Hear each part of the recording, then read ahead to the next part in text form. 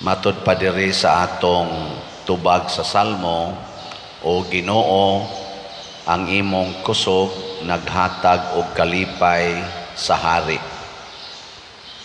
Ang kusog sa Ginoo naghatag og kalipay sa hari. Mao ni ang sa unang mga panahon wa pa mataw si Kristo, ang kanunayng pilion sa mga tao nga mahimo nilang hari kana gyung tao nga kusgan, labaw sa tanan. Muna diri ang nahimong hari nga gipili mao si Saul, anak ni Kis, nga taas kaayo nga tao, siya'y kinagwapuhan sa tanan o kinatasan sa tanang tao. Taga-abagar kuno niya ang ubang mga tao. So pasabot siya mao'y pinaka number 1. Pero pag abot na ni Kristo, mga igsoon, lahi na siya og gipili ang mga sinalikway, ang labing ubos. Si Levi, usa ka makasasala, sinalikway sa kadagkuan sa mga Hudiyo o sa mga pari. Di man ni sila paapilon o kanang worship adtos templo, kay i-considered ni sila nga mga outcasts, mga makasasala. Pero si Jesus nga maoy manluluwas, ang iyang gipili maoning mga sinalikway. Nagilingi ako na imong tupad na mupili ka na mga sinalikway. Kamong mga naghatag og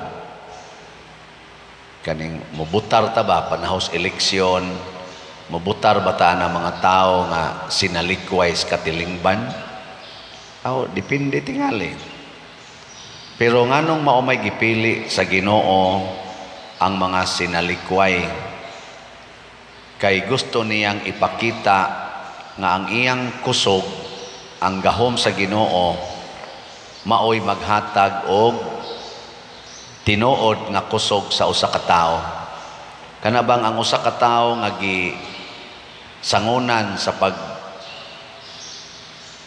og mga butang dinis kalibutan nga makaayo sa iyang isig ka tawo, dili gikan sa tawo mismo, kung dili gikan sa Ginoo. Muna si Jesus sa iya sang pagpakatawo sa kalibutan, isip manluluwas, wa siya mag-practice o wa siya mag-train sa iyang kaugalingon sa kanang patay pinaagig espada, wa siya magkat-on anang para gubat, wa sad siya mo eskwela para ang iyang hunahuna mapuno sa kaalam o kabright. Unsa may gipuy-an ni Kristo? Ang kakabos, ang pagkasinalikway, ang pagkadinaog-daog, gani hatod gyud sa iyang kamatayon.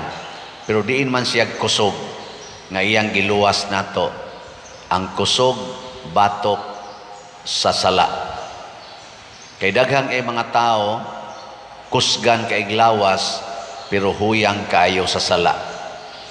Daghan kay mga hari, mga prinsipe na kusgan kay sila glawas pero mapildi ra sila og usa ka babae nga huyang kaayo. Sama atong Samson og Delilah, di ba? Kakuan mo na istorya. Daghang mga hari, daghan sa mga pari, apil pa mga obispo, mga kardinal, nga mga tag-as kay granggo, mga bright kay istanan, pero mabuntog lag pari, mabuntog lag mga kaulag nga lawas nun, dili makapiog, matumba lang dayon. Daghang mga bana, mga managers, dagko kay granggo sa kumpanya, pero mabiktima lag sekretary, mabiktima ganig maid, huyang kaayo. Nilingay mong tupad, nakusgan ka o huyang. Kamong mga ginikanan, ligon kay mo, dagko pa kay mo mga posisyon tingali, napayuban mga principal, mga superintendent sa eskwelahan, mga managers, pildihon lag anak, sige gyaw-yaw, kasa dayon, sige degyaw-yaw. Pari, sige degyaw-yaw sa Kristan. Na, pildi na. Ang ato yung kusog, kinahanglang isintro diha sa pagbuntog og sala. Muna diri sa atong ebanghelyo, ingos Kristo, ako, doktor, ang makasasala, masakiton. Nianhi ko para sa mga masakiton, para sa mga makasasala. Unsaon man pag-ayo sa doktor sa mga makasasala, kinahanglan ang doktor, or unsaon pag-ayo sa doktor sa usa ka masakiton, kinahanglan ang doktor way sakit. Kung ang doktor gani masakiton, way kapuslanan, kay di na siya kaayos masakiton, musamot ang sakit. Nabte katawan ang kanta ni Max Sorban, kanang ang title Upaw. Yan ni adto kuno ang tao nga upaw nga na problema siyang kaupaw ni ngadto sa espesyalista, pero nagduda kuno ang pasyente kay ang doktor sa purtis ang upawa. Unsaon pagtambal niya sa kaupaw nga siya sa upaw man sad. Hibaw mo giyon sa pagtambal matod pang Max Sorban siyang kanta.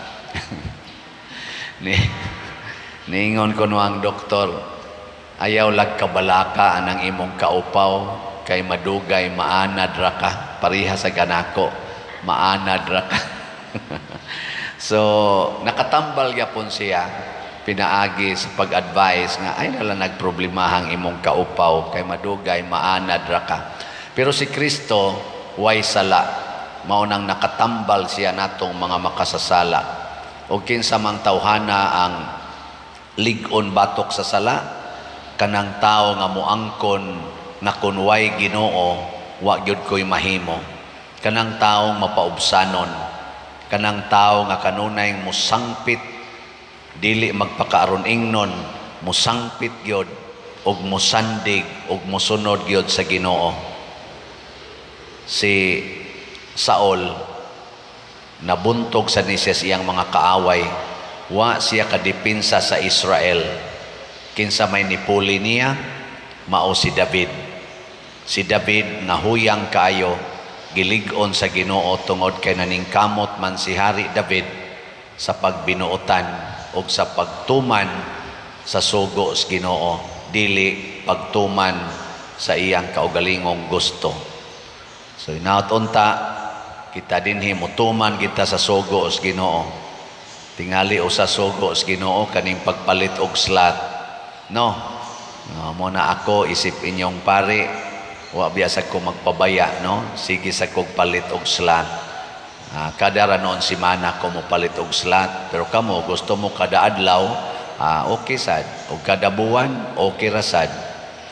Di lang sa karon kahatag ninyo og update tungod kay ugma na lang pamasubay karon, manindog na ta.